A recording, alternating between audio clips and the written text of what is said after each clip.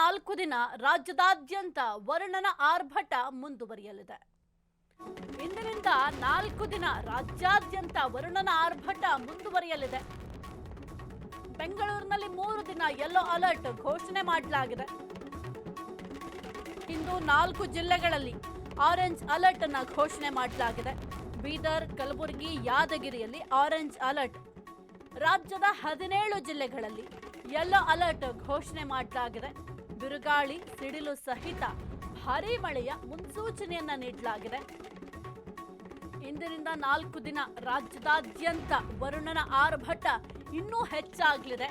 ಇನ್ನು ನಿನ್ನೆ ರಾತ್ರಿ ಅಂತೂ ಭಾರೀ ಮಳೆ ಸುರಿದಿದೆ. ಇನ್ನು 4 ದಿನ ರಾಜ್ಯಾದ್ಯಂತ ಇದೇ ರೀತಿ ವರುಣನ ಆರ್ಭಟ ಹೆಚ್ಚಾಗಲಿದೆ. ಬೆಂಗಳೂರಿನಲ್ಲಿ 3 ದಿನ ಸದ್ಯಕ್ಕೆ ಯೆಲ್ಲೋ ಅಲರ್ಟ್ ಅನ್ನು ಕೂಡ ಘೋಷಣೆ ಮಾಡಲಾಗಿದೆ.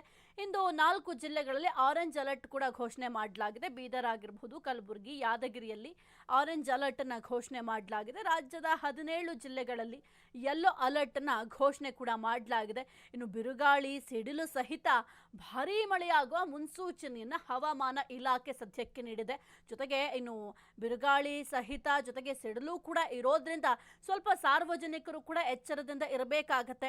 ಈ ಒಂದು ಮಳೆ ಬರುವಂತಹ ಸಂದರ್ಭದಲ್ಲಿ ಮರದ ಕೆಳಗಡೆ ನಿಲ್ಲೋದಾಗಿರ್ಬಹುದು ಅಥವಾ ಕೆಲವೊಂದಿಷ್ಟು ಗೋಡೆಗಳ ಪಕ್ಕದಲ್ಲಿ ಆಶ್ರಯ ಪಡೆಯೋದಾಗಿರಬಹುದು, ಅದೆಲ್ಲವೂ ಕೂಡ ಮಾಡದೇ ಇದ್ರೆ ಬಹಳ ಉತ್ತಮ. ಜೊತೆಗೆ ನೀವೇನಾದರೂ ಹೊರಗಡೆ ಹೋಗುವಾಗ ಈಗ ಆಲ್ರೆಡಿ ಹವಾಮಾನ ಇಲಾಖೆ ಇನ್ನೂ 4 ದಿನ ಭಾರಿ ಮಳೆಯಾಗುವ ಮುನ್ಸೂಚನೆಯನ್ನು ನೀಡಿರೋದ್ರಿಂದ ಕೆಲವೊಂದಿಷ್ಟು ಪ್ರಿಕಾಷನ್ ಅನ್ನ ಸಾರ್ವಜನಿಕರು ಕೂಡ ತೆಗೆದುಕೊಂಡು ಹೋಗೋದು ಉತ್ತಮ.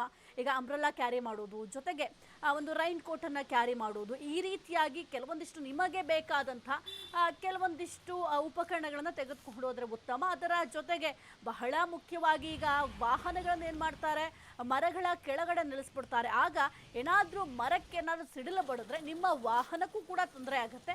ಹಾಗಾಗಿ ನೀವು ಮನೆಯ ಬಳಿ ವಾಹನಗಳನ್ನು ನಿಲುಗಡೆ ಮಾಡೋದು ಅಥವಾ ಮಳೆ ಬರೋದಕ್ಕೂ ಮೊದಲೇ ಮನೆ ಸೇರ್ಕೊಳ್ಳೋದು, ಈ ರೀತಿಯಾಗಿ ಸಾರ್ವಜನಿಕರು ಕೂಡ ಕೆಲವೊಂದಿಷ್ಟು ಮುಂಜಾಗ್ರತೆಯನ್ನು ತೆಗೆದುಕೊಂಡ್ರೆ ಬಹಳ ಉತ್ತಮ.